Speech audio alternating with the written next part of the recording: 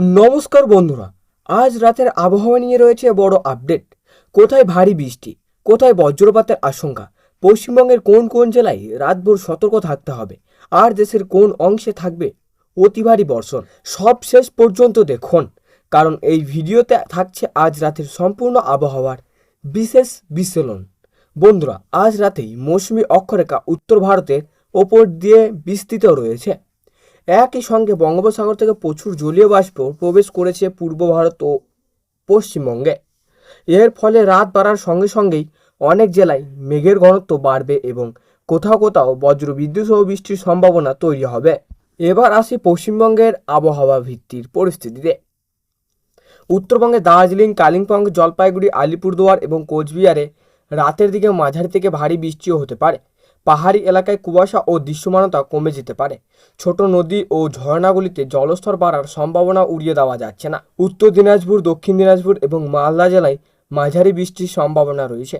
কোথাও কোথাও বজ্রপাতও হতে পারে, তাই অপ্রয়োজনীয়ভাবে খোলা জায়গায় না থাকার পরামর্শ দেওয়া হয়েছে।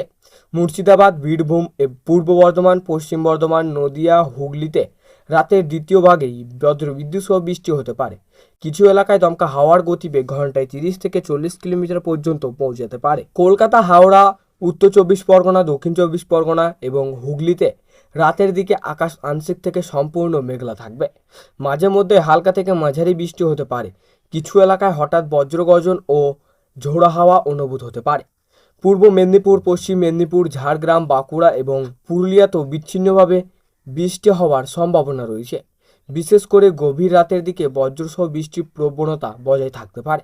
দক্ষিণ 24 পরগনায় উপকূলীয় এলাকায় সমুদ্র কিছুটা উত্তাল থাকতে পারে, তাই মৎস্যজীবীদের সমুদ্রে যাওয়ার আগে স্থানীয় প্রশাসনের নির্দেশিকা মেনে চলার অনুরোধ করা হচ্ছে।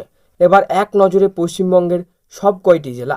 দার্জিলিং, কালিম্পং, জলপাইগুড়ি, আলিপুরদুয়ার, কোচবিহার, উত্তর দিনাজপুর, দক্ষিণ দিনাজপুর, মালদা, মুর্শিদাবাদ, বীরভূম, পূর্ব বর্ধমান, পশ্চিম বর্ধমান, নদিয়া, হুগলি, হাওড়া, কলকাতা, উত্তর 24 পরগনা, দক্ষিণ 24 পরগনা, পূর্ব মেদিনীপুর, পশ্চিম মেদিনীপুর, ঝাড়গ্রাম, বাঁকুড়া এবং পুরুলিয়ায় সব জেলাতেই আকাশ মেঘলা থাকতে পারে, তবে বৃষ্টির তীব্রতা অঞ্চলভেদ আলাদা হতে পারে।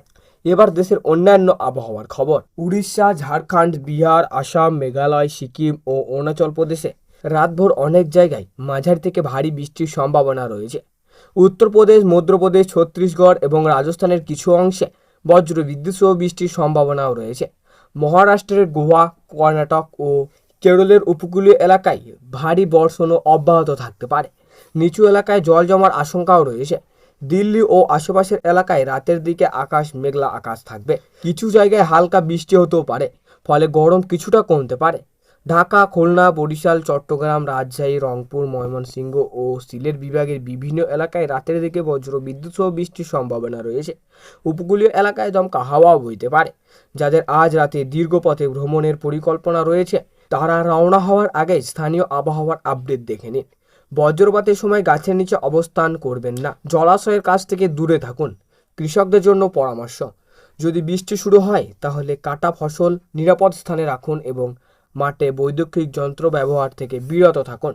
বন্ধুরা, মনে রাখবেন, আবহাওয়া পরিস্থিতি খুব দ্রুত পরিবর্তন হতে পারে, তাই সরকারি আবহাওয়া দপ্তরের সর্বশেষ সতর্কতার দিকে নজর রাখুন। এই ছিল আজ রাতের বিস্তারিত আবহাওয়ার আপডেট। ভিডিওটি ভালো লাগলে অবশ্যই একটি লাইক করুন।